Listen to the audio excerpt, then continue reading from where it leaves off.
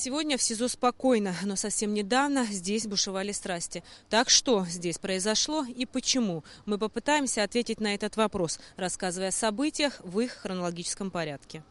Все началось 10 декабря с побега осужденного Бачуки Латари из следственного изолятора МВД Абхазии. Как только поступила информация о побеге, весь личный состав МВД был поднят по тревоге. В действие введен план «Перехват». Были усилены стационарные посты ДПС, мобильные группы со смешанными экипажами сотрудников, госавтоинспекции и оперативным составом. Оперативно-поисковые мероприятия проводились совместными усилиями сотрудников органов внутренних дел Центра специального назначения СГБ. Спецмероприятия проводились под руководством министра внутренних дел Леонида Дзапчпа. В результате слаженной оперативно организованной работы было установлено местонахождение сбежавшего преступника, который был задержан в лесном массиве села Шаумяновка.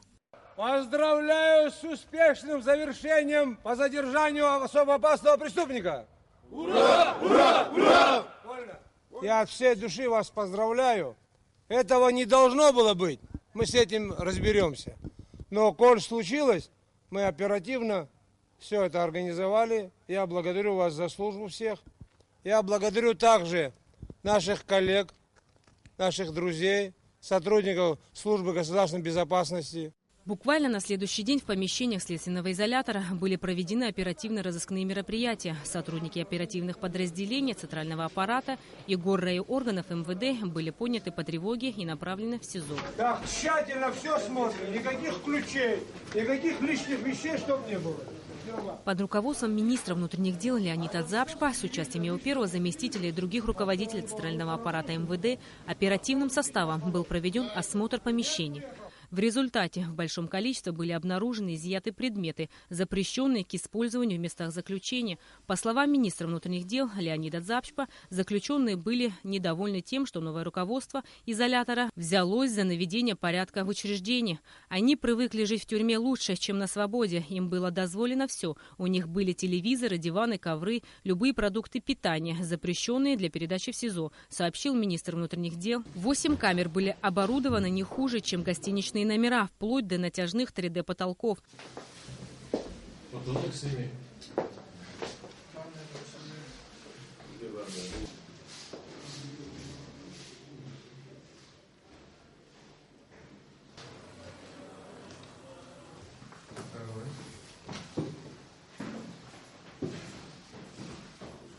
У заключенных силовики обнаружили и изъяли запрещенные предметы, в том числе колюще-режущие, а именно ножи, заточки, сотовые телефоны, телевизоры, ноутбуки и даже фишки для азартных игр.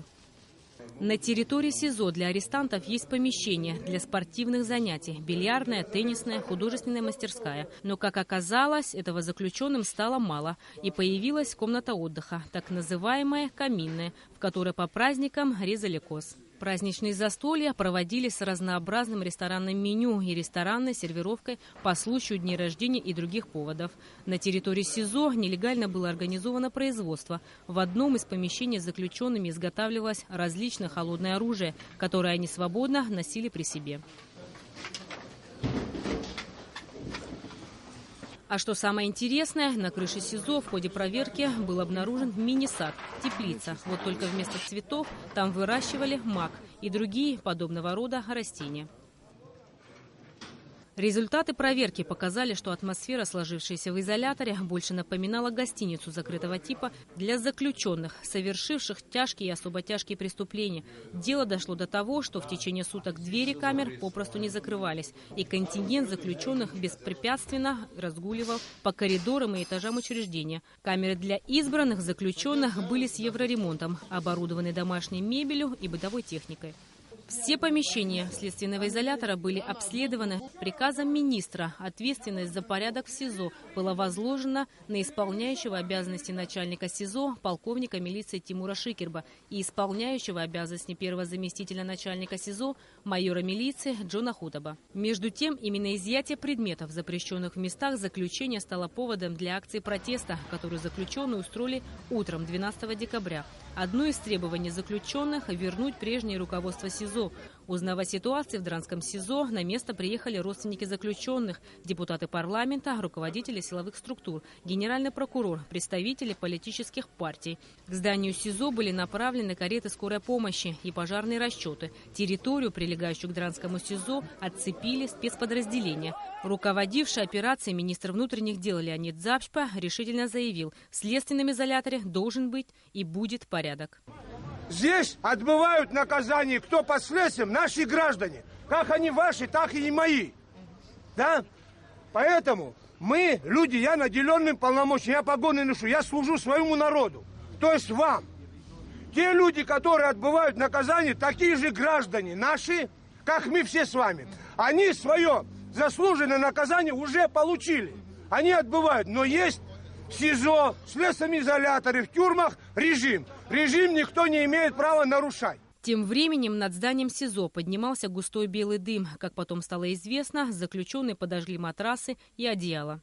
К вечеру того же дня конфликт был исчерпан. Заключенные разошлись по камерам. В СИЗО был восстановлен режим. Заключенные, отбывающие в свои камеры, замки будут приварены, будут повешены, питание и торгов, прогулки, все как положено идет. Свидания на неделю отменены. Как подчеркнули в МВД, в местах содержания под стражей в целях выявления, предупреждения, пресечения и раскрытия преступлений оперативно-розыскные мероприятия будут проводиться регулярно в порядке, предусмотренным законом. На следующий день президент Рауль Хаджимба на совещании в МВД, давая оценку действиям правоохранительных органов, подчеркнул, что все было в рамках закона. Я не исключаю, что многое из того, что происходило вчера, позавчера, да не то, что не исключаю, я даже знаю, что имело место и в предыдущие годы. Просто к этому не доходили руки. Но когда-то надо наводить было этот порядок. Время наступило. Пора уже понять, что дальше так не будет. Конечно, неприятно видеть, когда ты делаешь свою работу, а вокруг тебя собирается масса людей, которые пытаются противодействовать процессу наведения порядка. Но и это наши люди. С ними нужно разговаривать, им нужно объяснять. А там, где нужны соответствующие меры более жесткого воздействия, и их тоже нужно применять, потому что закон регламентирует такой порядок поведения. По данным Генпрокуратуры Абхазии, массовые беспорядки сопровождались погромами и уничтожением имущества СИЗО, в результате чего учреждению нанесен материальный ущерб. По данному факту прокуратурой Гулерыбского района возбуждено уголовное дело по признакам преступления, предусмотренных частью 1 и 2 статьей 206 Уголовного кодекса страны «Организация массовых беспорядков и участие в массовых беспорядках». Рената Шакая, Абхазское телевидение.